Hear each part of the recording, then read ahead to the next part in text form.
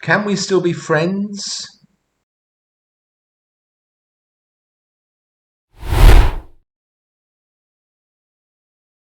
I have a group of people that I interact with quite a lot in the real world, mostly my trivia partners. And we have a small messenger group in which we exchange information and occasionally talk about things, apart from seeing each other in person, which we do regularly. Just this morning, there was a little bit of an exchange going on in the messenger chat, touching upon religious topics.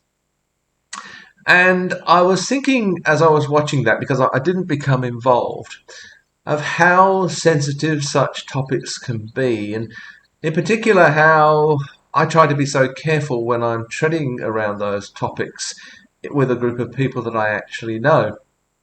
And it's a very different experience from talking about them on here because, let's be honest, I don't know you. I don't even know who you are. I don't interact with you. I don't have to spend time with you in my day to day life. So I can say things that perhaps in a more immediate social context I wouldn't say because I don't have to deal with the consequences of that.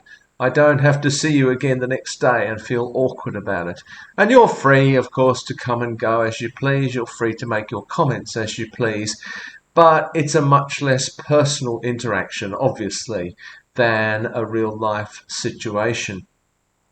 In a real life situation, as much as possible, I guess I try to avoid the difficult subjects, the tricky subjects, whether they be politics or religion, usually those two, or something related to those, or a particular person's beliefs. Maybe their beliefs in a conspiracy theory, or maybe they believe in astrology, or something that I really don't share, and then in fact I object quite strongly to, feel quite strongly about. But I will avoid those topics to avoid confrontation, to avoid affecting the relationship, to avoid injuring the relationship, and to avoid injuring that person. I try to be sensitive about those things. Of course, there are situations when perhaps in the middle of a lively conversation, you begin to kind of warm up and you begin to say things that perhaps might be a little bit more risky in that conversation, and particularly if there's been a little bit of alcohol to kind of grease the wheels. And often after those occasions, I will come away feeling, well, if not necessarily guilty, at least concerned about whether I might have said something that someone took offence to or if I injured them in any way. And this is not purely fanciful. It does actually happen. And I hope it doesn't only happen to me. But in general, in the more calm situations, I do try to avoid those topics. And even if the conversation starts to happen around me, I tend to withdraw and stay out of it. This got me thinking about relationships, not just relationships with friends, but intimate relationships with partners and so on. To what extent can you remain friends with someone or in a relationship with someone when you have major differences in terms of your belief systems, whether they're political or religious or whatever? How do you navigate that within a relationship? I know this becomes acute in some situations. I think particularly always of the USA, because these things tend to get more polarized there than they do here. But if I, as a fairly liberal thinker, was in a relationship or even a friendship with someone who was an extreme conservative, particularly a Trumpian type conservative, could I remain in a relationship with that person? Could I remain friends with that person? Well, frankly, the answer is probably no. No. I know you're supposed to respect a person's beliefs, but honestly, sometimes I just don't. I just don't. And if I don't respect their beliefs, I'm not sure I can respect them as a person. And if I can't respect them as a person, then I don't think I can remain friends with them. I don't think I can remain in a relationship with them. Am I wrong in thinking that? Am I wrong in feeling that?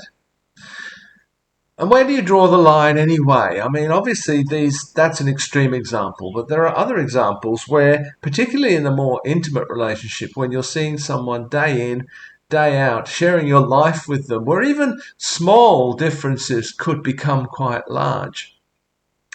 I think, for example, that astrology is completely ridiculous and has no basis in reality whatsoever. And yet I know that people will say, when they perhaps look at a couple ago, they'll say things like, oh, that'll never work because that person's an Aquarius and that person's a Gemini. I really have to hold my tongue in that situation. If that becomes a regular part of the relationship where I am struggling to hold my tongue, where I'm holding back my feelings, my beliefs, because I don't want to clash with their beliefs, is that a healthy relationship? Probably not. But what's the alternative? Because the chances are I'm going to disagree about something with you. I guess it depends on the extent to which you hold a belief deeply, how much a part of your life it is, how much you can tolerate different beliefs around you. And of course, also how much time you're going to have to spend with that person and interact with that person. With someone I see almost every day of my life, perhaps even small differences could become problematic. I don't know how to avoid that because small differences can actually become huge differences when they are brought out into the open and confronted. It's a strange thing, but I think that even things we only half-heartedly believe, once they enter the arena of debate, of argument, of conflict, of difference of that kind, they tend to become bigger. We weren't particularly attached to the belief before, but now that we have to defend it, now that it's confronted by a different belief, now our passion rises and we become more invested in that belief than we've ever been before. This is kind of ridiculous, I know, but I'm sure that it happens. I know that it happens in me. I can find myself in those heightened moments, the heightened moments of discussion around the dinner table, perhaps after a glass of wine. I can find myself passionately defending beliefs that I barely care about in the slightest. Is that just me? Maybe.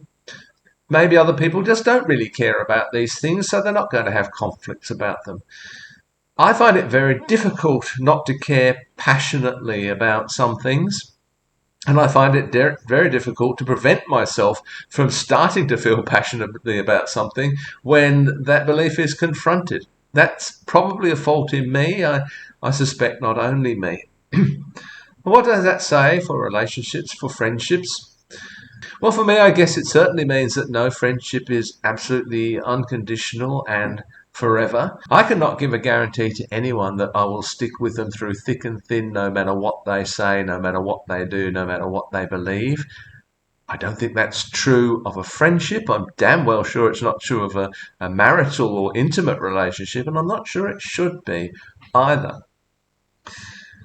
The other option is just to tiptoe around all those controversial issues. And then, of course, you never get into the deeper aspects or potentially deeper aspects of the relationship.